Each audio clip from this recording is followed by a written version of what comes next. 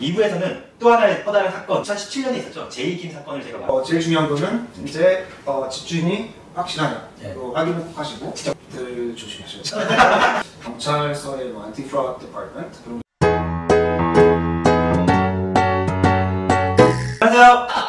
토론토의 어감독 어등경입니다. 토론토 알렉스입니다.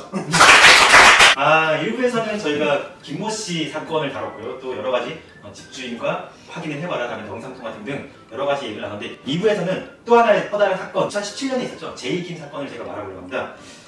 이름! 진짜 한국인 말하시더라고요. 근데 제이김, 이 사람이 진짜 제이김이라는 그 가명을 썼었어요. 뭐 PJ김, BBJ 등 사용하는 사기꾼이었고요. 신인권자였습니다. 사실은 신인권자였고 얼마나 사기를 쳤으면 BC주에서 사기치고 또 토론토에서 와가지고 사기를 쳐서 사기꾼으로 굉장히 유명해서 그 사람 잡기 위한 사이트도 있습니다. 여기 주소가 있으니까요. 한번 클릭해서 들어가 보시면 됩니다. 네, 일단 저는 제이김으로 부르겠습니다. 제이김은 41살이고요.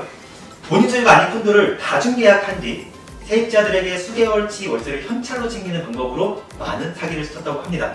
토론토 다운타운 일대 콘도 여러 곳을 한인 및 비한인, 일본 사람도 있었고요. 세입자들이 다중으로 계약하고 임대료 명목으로 1인당 수천 달러를 받아 챙기고요. 거기에 보면 일본인 유학생 피해자가 한 7,800달러, 또 다른 일본 학생이 5,600달러 피해 입었는데 한 푼도 돌려받지 못했다고 합니다. 렌트를 원하는 사람이 하도 많아가지고 서두르지 않으면 이게 다 넘어갈 수 있다 이런 식으로 굉장히 사람을 조급하게 만들어서 돈을 받아냈고요. 이메일이나 트랜스퍼가 안 되니까 수개월치 선납을 요구하는 방법으로 직접 받아갔다고 합니다. 이 제이김 이 사람은요 얼마나 사기를 많이 쳤으면 참 그 뒤에 얘기가 굉장히 재밌어요. BC주, 코키틀랑, 엘버타주에서도 사기 행각을 벌였고 범죄자, 수배, 그 사람 이름으로 된 아까 사이트 그것도 만들어졌고요. 근데 그 만드는 게 사기를 당한 그 부부가 있어요. 그 사람한테 그 부분의 회사에서 이 사람이 일을 했는데 절도 행각까지 했어요. 절도 행각을 하고 또 현찰 요구해서 여러 가지 사기를 당했는데 참 그러고서 토론토에 와가지고 이렇게 또 룸렌트 사기를 쳤다고 합니다. 또 1부 때 말한 그 김모 씨도 그 도박 자금 때문에 그렇게 사기를 많이 쳤다고 하더라고요. 도박빚이 있어서 그래서 사기꾼들은 뭐 그거 하나만 열리는 게 아니라 여러 가지가 좀 열리는 있습니다. 이런 사람들을 대상으로 많이 사기를 쳐서 잘 모르니까요. 이제 캐나다 법을 모르니까. 그래서 제가 이제 말씀드리고 싶은 거는 그렇게 사기 당하느니 저라면 리얼터를 통해서 하는 게 가장 그래도 현명하지 않을까 생각이 들어요.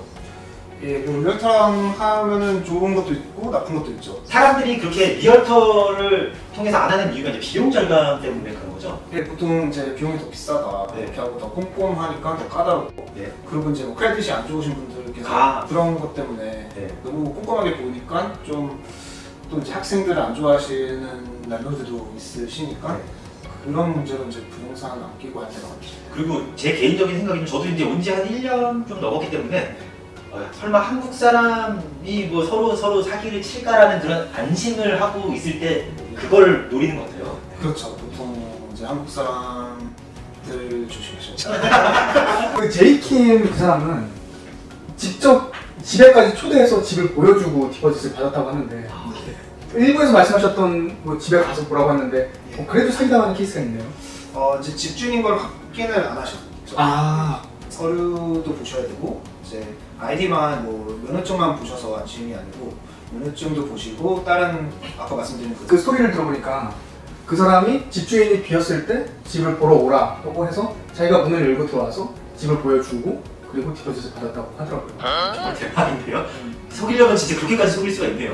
알고 보니까 몇 개월 전에 그 집에 살고 있었던 테넌트인데 키를 복사해놨 그래서 이렇게 집에 초대해가지고 집주인이 없을 때를 틈타서 초대해서 이제 집을 보여줬다고 하는데 그러려면 진짜 저번 주에서 말씀하신 것 같이 다큐멘트 확인이 꼭 필요하겠어요. 네, 맞습니다. 그러면 저는 이제 궁금한 게 대부분 유학생들이나 이제 리얼터를 통하지 않고서 거래를 하는데 이제 계약서를 그래도 작성을 할 수 있잖아요.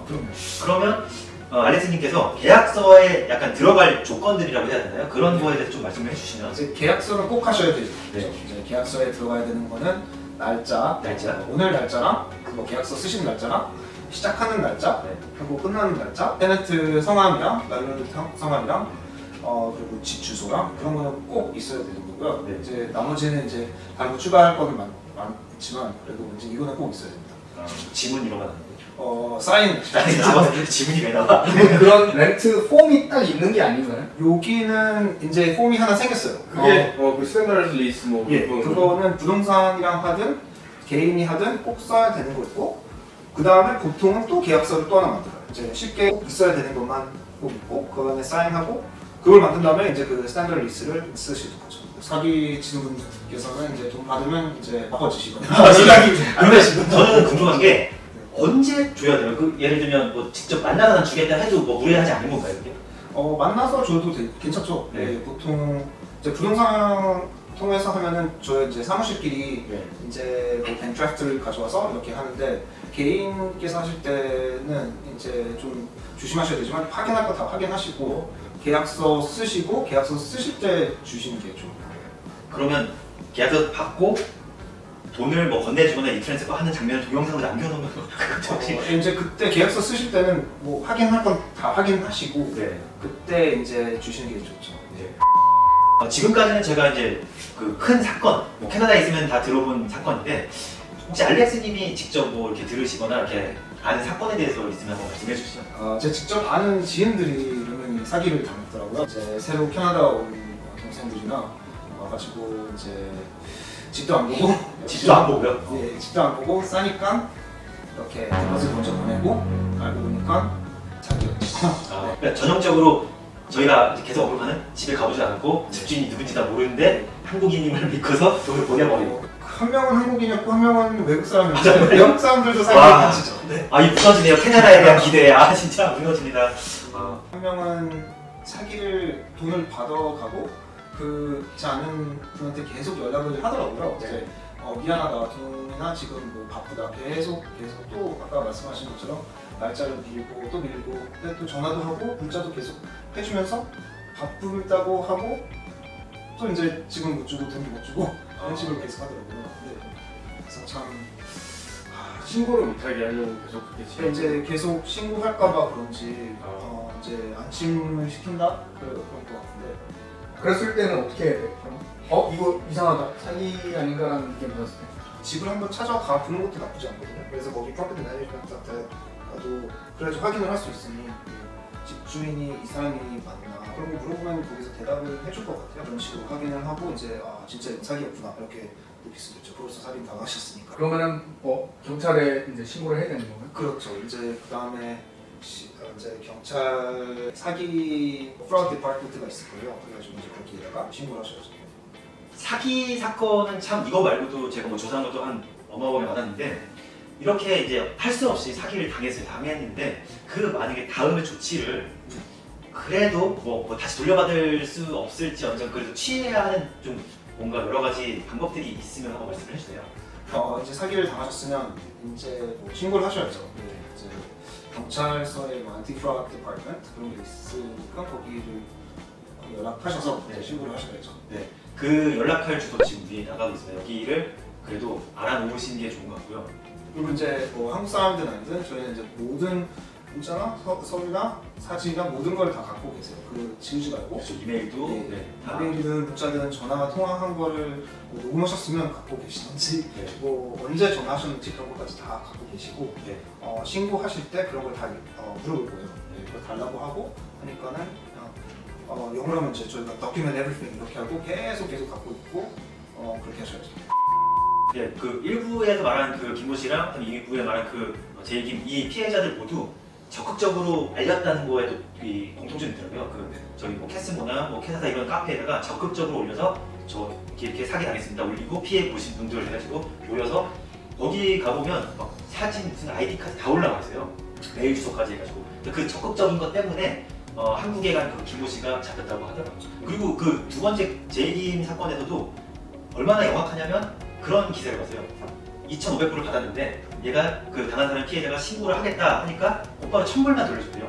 만약에 바꾸서 조금 돌려줘 버리면 사기법이 성립이 안 된다고 뭐 이렇게 기사에 써 있었어요. 제가 봤을 때는 그거를 이용해가지고 일부만 잠깐 돌려주고 자기가 조금 빠져나가는 그런 일도 있다고 하더라고요.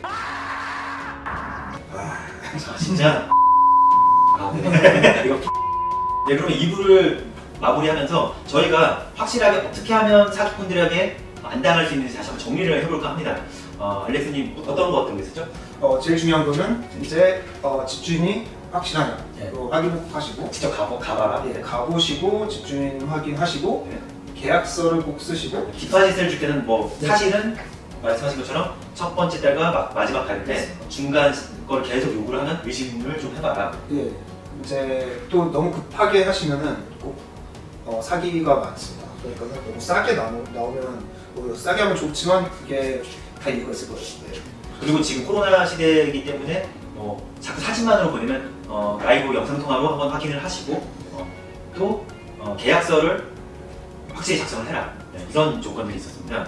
이것만 지키시더라도 사기꾼한테 안 당할 수 있다는 걸 저는 생각하고요. 대부분 지금 한국에서 처음 오시는 분들이나 유학생들, 뉴커머들을 대상으로 사기꾼들이 사기를 치고 있다고 합니다. 여러분들이 이 영상을 그분들에게 널리 퍼주셔가지고 사기를 안 당하게 하시면 굉장히 저의 바람이 있습니다. 그리고 또 한 가지는 저는 그랬으면 좋겠어요. 만약에 내가 집주인이다 하면 저희가 말씀드린 그런 조건들 있잖아요. 뭐 되게 확 복잡하게 뭐를 증명해봐라. 그럼 굉장히 집주인들이 이 영상을 보시면 굉장히 클리어하고 그래 알겠다 하고 떳떳이 다 보여주셨으면 친절하게 그렇게 확인을 해주셨으면 하는 바람이 있습니다.